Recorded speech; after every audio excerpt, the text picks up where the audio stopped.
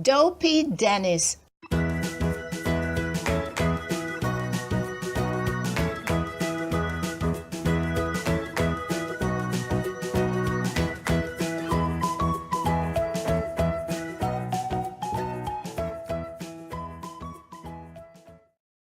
Once upon a time, there was a little boy called Dennis.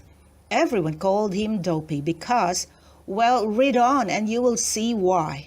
Dennis lived with his mother in a nice house with a courtyard, vegetable plot, cellar, and a hen run. One day his mother, since she had to go shopping, said to him, "I'll be away for an hour or two, son. Now, the broody hen is sitting on her eggs. Make sure nobody goes near her. Keep the house tidy and don't touch the jar in the cupboard. It's full of poison." "Don't worry, Mom," the little boy said, and when his mother had gone, he went into the yard to keep guard over the broody hen. However, tired of sitting, the hen got up to stretch her legs for a little before going back to the eggs. Dennis picked up a stick and yelled, "You nasty creature, get right back on those eggs." But the broody hen, annoyed, only said, "Quack!" And so Dennis hit her with his stick. He didn't really mean to do her any harm, but the blow fell on the middle of her neck and the poor hen dropped dead. "Oh!" gasped the lad. "Who's going to sit on the eggs now?" Well, I had better to do something about that. So he sat on the eggs and broke the lot. Getting up with the seat of his trousers sticky with egg yolk, Dennis said to himself, "Mom will give me such a scolding, but to keep in her good books, I'll give her a surprise. I'll make the lunch." He picked up the hen, plucked its feathers, and put it on the spit to roast. "A roast calls for a good wine," he said to himself. He took a jug and went down to the cellar, where he started to draw sparkling red wine from a barrel. "Mom will be pleased with me," he told himself. At that moment, there was a dreadful noise in the kitchen. Then he said to himself, "Who can that be? I must go and see." And he went, forgetting to turn off the tap on the barrel. Up he ran to the kitchen and saw the cat with the roast hen in its jaws and the spit overturned. "Hey, thief!" shouted the lad. "Put my hand down!" He picked up a rolling pin and started to chase the cat, which, terrified as it was, firmly held on to the roast chicken as it dashed from room to room. The pair of them knocked against the cupboards, overturned tables, sideboards and stools, smashed vases, pots, plates, and glasses.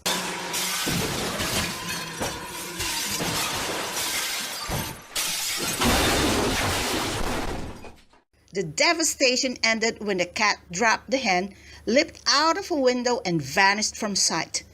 Dennis picked up his roast, laid it on the table, and said, "Now I'll go and fetch the wine." He went back to the cellar, which was flooded with the wine that had poured out of the barrel. "Good gracious!" gasped Dennis. "What am I to do now?" He didn't dare go in, for before him stretched a lake of red wine. "I'll have to mop it all up," muttered Dennis to himself. "But how? I could go into the yard and get some sacks of sand, bring them into the cellar and scatter the sand over the floor. But that's much too hard work. I'd better think of something else. Now then." Seated on the bottom step, his elbows on his knees, holding his head in his hands, the lad tried to think of a good idea. It really was an alarming situation. There were nearly 6 inches of wine all over the floor, and in it floated corks, bottles, and bits of wood. "I've got it!" Dennis suddenly exclaimed. He picked up one of the bags lying on a table, opened it, and started to scatter all the flour it contained. "Splendid! The flour will absorb the wine, and I can walk about the cellar without wetting my feet," he cried. In no time at all, he had spread not one but 5 bags of good flour on the floor. In the end, the floor was covered with a wine-colored, soft, sticky paste, and as he walked on it, it stuck to his shoes. Dennis went to get the jug he had filled and carried it in great delight back to the table, leaving red footprints everywhere. "Mom is going to be really pleased," he said. Nevertheless, when he thought of all the mess he had made, he began to fear a scolding and maybe punishment too. "Never mind," he said. "I'll drink the poison and die." So he went to the cupboard and picked up the jar. He thought the poison would be a black liquid, but the jar contained a red cream. He picked up a spoon and said, "I'll eat it then instead of drinking it." Just as he was about to take his first spoonful, he realized how silly he was. Nobody should ever eat poison, not even when your name is Dopey Dennis. Instead, he decided to hide from his mother so that she would not be able to punish him. A quarter of an hour later, his mother returned. When she saw the overturned furniture, the broken plates, and the red footprints, she got a fright and cried, "Dennis! What has happened? Where are you? Answer me!" There was no reply, but she suddenly noticed a pair of legs sticking out of the oven. "I'm not surprised you are hiding from me, Dennis, after causing all this mess," she said. "Well, while I am clearing up after you, you can take this roll of cloth to the market and try and sell it for a good price." And she handed the boy a roll of cloth as she spoke. "Oh, I will," said Dennis. "Leave it to me." When he got to market, Dennis began to shout, "Cloth! Who'll buy this lovely cloth?" Several women came over and asked him, "What kind of cloth is it? Is it soft? Is it hard wearing? Is it dear? How long is it? How much does it cost?" Dennis exclaimed, "You talk too much, and I don't sell things to chatterboxes." And off he went. He passed by a statue and mistook it for a fine gentleman, so he asked it, "Sir, would you like to buy this fine cloth? Yes or no? If you don't say anything, that means you do. Look here, do you like it? Yes? Good, then take it." And he left the cloth beside the statue and went home. "Mom, Mom," he cried, "I've sold the cloth to a very well-dressed gentleman." The woman asked, "How much did he give you for it?" Dennis muttered, "Oh, I forgot to ask him for the money." "Don't worry, I'll go and ask him for it." He ran back to the statue, but the cloth had gone. Someone had clearly taken it away.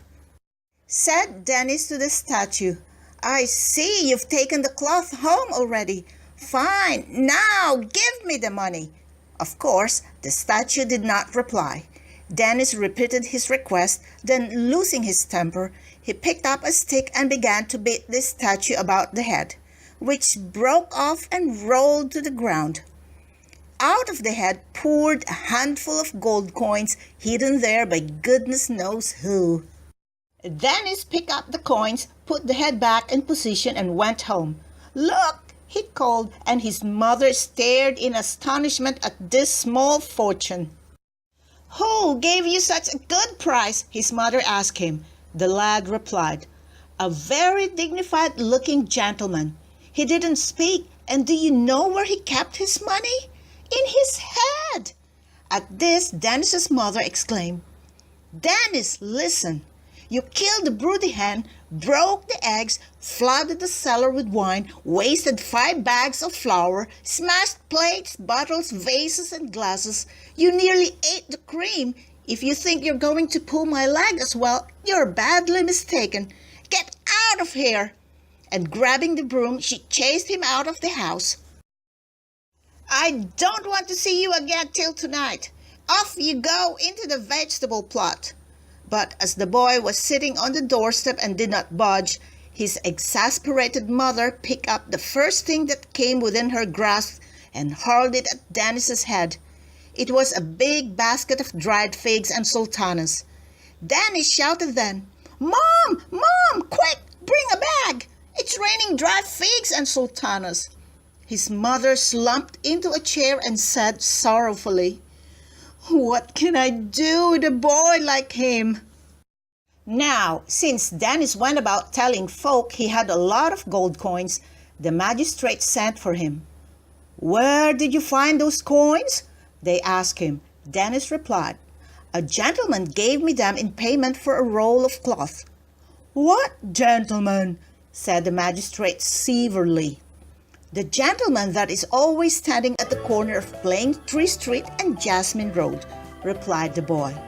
"But that's a statue," gasped the magistrates. Dennis said, "He didn't say what his name was, but maybe it is Mr. Statue. He kept his money in his head." The magistrates gaped at each other in utter astonishment. Then the chief magistrate asked, "Tell us, Dennis, when did you do this piece of business?" "It was the day it rained dry figs and sultanas," the boy replied. Again, the magistrates exchanged looks, and now certain that Dennis really was dopey, they said, "You can go home, lad, you're free." And so Dennis went home and lived there happily with his mother. A bit dopey, yes, but he never did anybody any harm, and that's all that counts.